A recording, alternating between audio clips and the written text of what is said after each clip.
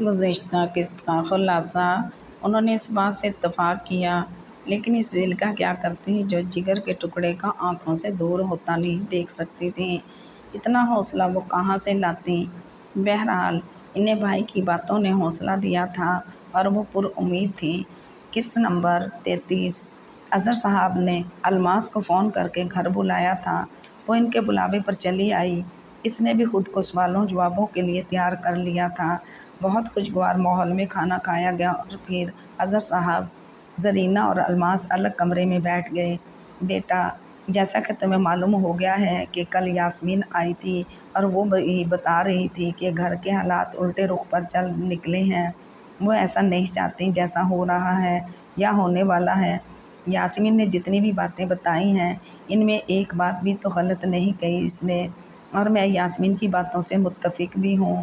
اب تم نے سننا چاہتا ہوں تم کیا کہنا چاہتی ہو۔ الماس نے تمام معاملات روز اول سے پاپا کو بتائے۔ لیکن بیٹا، اس میں کہیں تو یاسمین نے تمہاری حق تلفی نہیں کی اور نہ ہی تمہاری مخالفت کی ہے، پھر تم اس کے خلاف کیوں ہو گئی ہو؟ جب کہ تم عقل سے کام لو تو تمہیں یاسمین کے ساتھ رہنے سے زیادہ فائدے حاصل ہوں گے، اور اسی میں تمہاری بہتری ہے کہ تم یاسمین کے ساتھ ہی رہو۔ لیکن جگنو کی شادی کے بعد پھوپھو جانی بدل گئی ہیں۔ پہلے وہ ایسی نہیں تھیں، لیکن اس کمبخت نے جان کون سا جادو کیا ہے کہ پھوپھو جانی کی سوچیں ہی تبدیل ہو گئی ہیں۔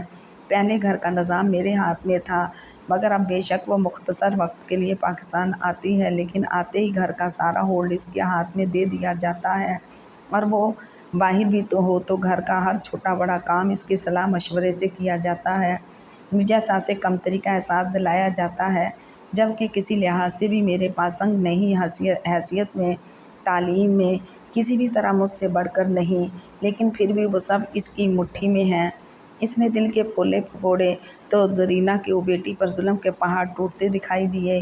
میں کہتی تھی نا کہ یاسمین اپنا قصور، اپنی باتیں تھوڑا بتائیں گی، اسے تو صرف میری بیٹی ہی بری نظر آتی ہے، یا پھر ساری خوبیاں اس 2 ٹکے کی لڑکی میں دکھائی دیتی ہیں جس نے یاسمین کو الماس کے خلاف بھڑکایا ہے کر اپنا حامی بنا لیا۔ تم چپ رہو زرینہ، مجھے الماس سے بات کرنے دو۔ انہوں نے بیگم کو سختی سے ڈانٹتے ہوئے تنبیہ کی کہ ان کے درمیان میں نہ بولیں۔ زرینہ کی عادت تھی، بات کا رخ منٹوں میں کہیں سے کہیں پہنچا دیتی تھیں اور اصل بات وہیں رہ جاتی تھی۔ بیٹا، تم نے یہ بات نہیں سوچی اس لڑکی میں ایسی کون سی خوبی ہے جو یاسمین کی پسند اور مرضی کے بغیر اس کی بہو بن کر گھر میں آئی، اور پھر وہ اس کی پسندیدہ بہو کیسے بن گئی کہ سارا ہولڈ اس کے ہاتھ میں آ گیا اور اب اس کی مرضی کے بغیر کوئی کام نہیں ہوتا۔ یہی کہا نا تم نے؟ انہوں نے سوالیہ نگاہوں سے الماس کو دیکھا۔ بہت گہری بات کہی تھی انہوں نے، جو ان دونوں ماں بیٹی کے ذہن میں نہیں آئی تھی۔ جی پاپا، آپ نے ٹھیک کہا، وہ صرف جگنو کی پسند تھی اور اسی کی ضد پر جانیہ سے اس کی شادی ہوئی، اور یہ سب پرانے قصے ہیں کہ کیسے اس کی شادی ہوئی۔ موجودہ صورتحال یہ ہے کہ وہ پسندیدہ ہستی کیسے بن گئی۔ آخر کوئی خوبی تو ہوگی اس میں، تم نے اس پر غور کیوں نہیں کیا؟ اظہر صاحب نے الماس کی بات کاٹتے ہوئے کہا۔ ان کے لہجے میں اتنی سختی تھی کہ وہ کانپ گئی۔ پاپا نے آج تک اپنے کسی بچے سے اتنے سخت لہجے میں بات نہیں کی تھی، لیکن اب الماس کے معاملے میں تو وہ کوئی بات سننے کو تیار ہی نہ تھے۔ ذرا سوچ کر بتاؤ، انہوں نے الماس کو دوبارہ کہا۔ پاپا، وہ آگے سے آگے سب کام کرتی ہے، صبح اٹھتے ہی پھوپھا جان کو چائے، دوا، پرہیزی کھانے اور گھر کی ساری ذمہ داری اپنے سر لے لی، جبکہ پھوپھو جانی کو پسند نہیں تھا کہ وہ کچن سنبھالے، لیکن کسی نے زبردستی کھانا بنانا شروع کر دیا۔ اس کے ہاتھ کا ذائقہ سب کو پسند آیا اور فرمائش کر کے اس سے کھانے بنوائے جانے لگے اور پھر سب اس کے عادی ہو گئے۔ ظاہر ہے ملازموں کے کھانوں کا ذائقہ وہ تو نہیں ہوتا جو گھر کی خواتین بناتی ہیں۔ اس نے ایک نظر باپ کو دیکھا جو بہت غور سے اس کی باتیں سن رہے تھے اور بے حد گہری سوچوں میں گم بھی تھے۔ اس کے علاوہ بیٹا، انہوں نے انتہائی حد و درجے نرمی اور محبت سے کہا تاکہ وہ سب کچھ سچ سچ بتائے، پھوپھو جانی کو اس سے بہت سی شکایتیں تھیں۔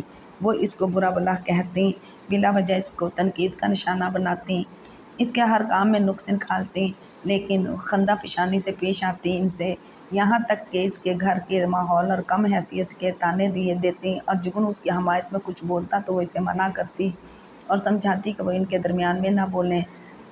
وہ جگنو کی بات کو نظر انداز کر دیتی، مگر پھوپھو جانی کی بات نہیں ٹالتی، اور سب سے زیادہ اور پہلے حمایت کرنے والے پھپھو جان اور حمزہ تھے، پھر تو سارا گھر ہی اس کی فیور میں ہو گیا اور میں اس گھر میں دوسرے درجے پر چلی گئی۔ پھوپھا جانی میری محبت میں میری سائڈ لینے لگتی، لیکن پھوپھا جان ان کو سمجھاتے تو وہ پھر جانیاں کی گردان کرنے لگتی۔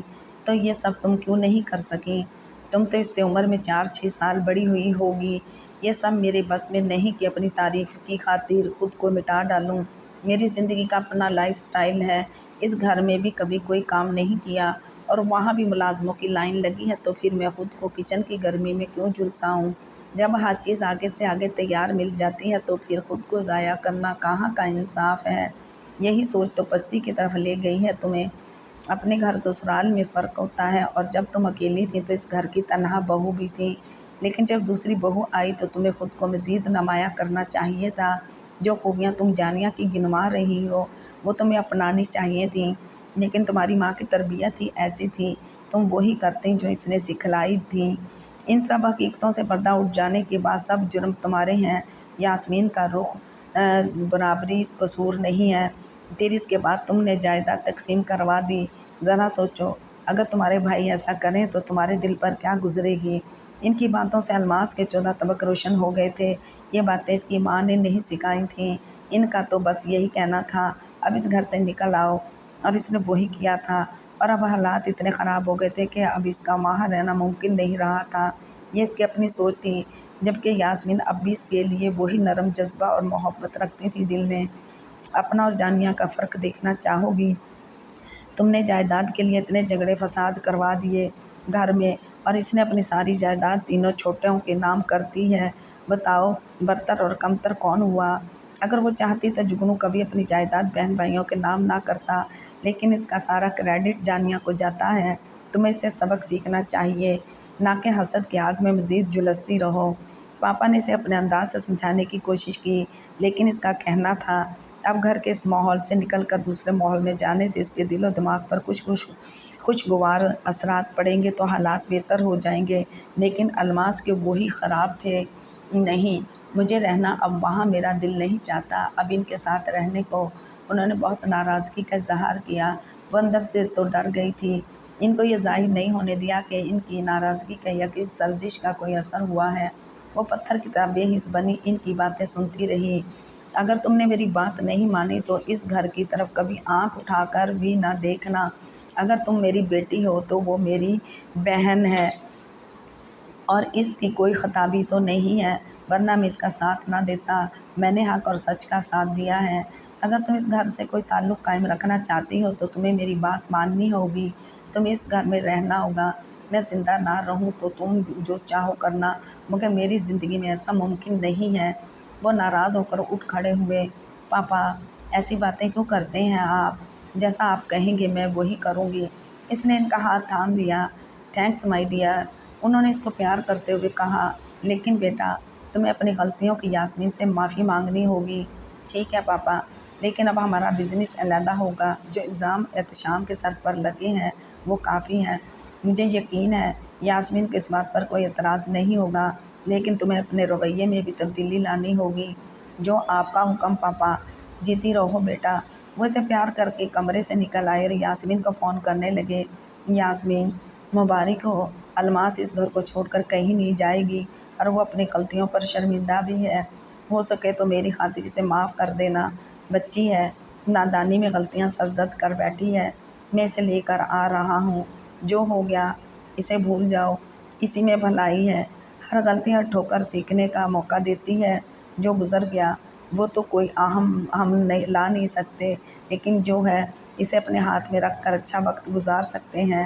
میں نے الماس کو سمجھایا ہے کہ ہر ٹھوکر آگے بڑھنے کا درس دیتی ہے اور ارادے کو مضبوط کرتی ہے۔ اب تو خوش ہے نا؟ جی بھائی جان۔ ان کی آنکھوں سے آنسو بہنے لگے اور وہ سب کو یہ خوشخبری سنانے چل پڑیں، اور اچھی سی دعوت کا انتظام بھی بھائی الماس کو لے کر آ رہے ہیں۔ ان سب کے جانے کے بعد ہی مما کا فون آ گیا۔ وہ اس سے ملنا چاہتی تھیں، اس کو گھر بلا رہی تھیں۔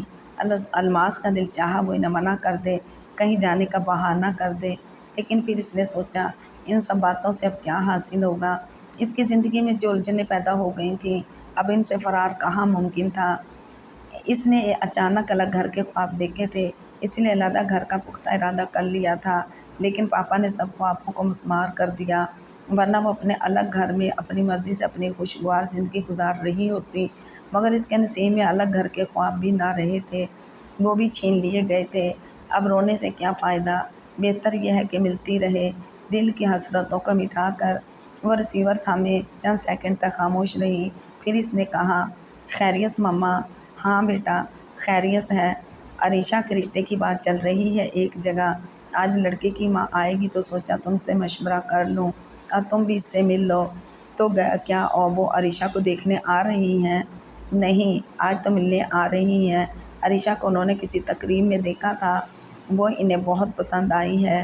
وہ ماں بیٹا ہی ہیں، اچھا کاروبار ہے اور لوگ خاندان بھی اچھا ہے۔ سب سے اچھی بات تو یہ ہے کہ لڑکا اکلوتا ہے۔ میرا خیال ہے جانچ پڑتال کر کے ہاں کر دیں، روز روز اچھے رشتے نہیں ملتے۔ کہنے کو میں پھپھو کے گھر بیاہی ہوں، لیکن مما سسرال کے جھنجھٹ بہت ہوتے ہیں، گھر میں جتنے افراد ہوں گے اتنے ان کے جھگڑے بھی ہوں گے۔ میرے تو خیال میں جھنجھٹ منگنی پٹ بیاہ والی بات کریں۔ ہاں بیٹا تم ٹھیک کہہ رہی ہو، ایسا ہی ہوگا۔ پھر تم آ رہی ہو؟ جی مما۔ وہ کب تک آئیں گی؟ لنچ پر انوائٹ کیا ہے میں نے، باقی کے معاملات بھی طے کر لیں گے۔ ٹھیک ہے مما، میں احتشام کو بتا کر آتی ہوں، جلدی پہنچنے کی کوشش کرنا۔ جی مما، احتشام مجھے ڈراپ کر دیں گے، آپ بے فکر ہو کر کھانے کی تیاری کریں، کھانا اچھا بنانا۔ اچھا بیٹا، خدا حافظ۔ وہ جلدی سے دوپہر کے کھانے کی تیاری میں لگ گئیں۔ وہ جانے سے پہلے یاسمین کے پاس گئی تھیں۔ پھپھو میں گھر جا رہی ہوں، شام کو واپس آؤں گی۔ خیریت؟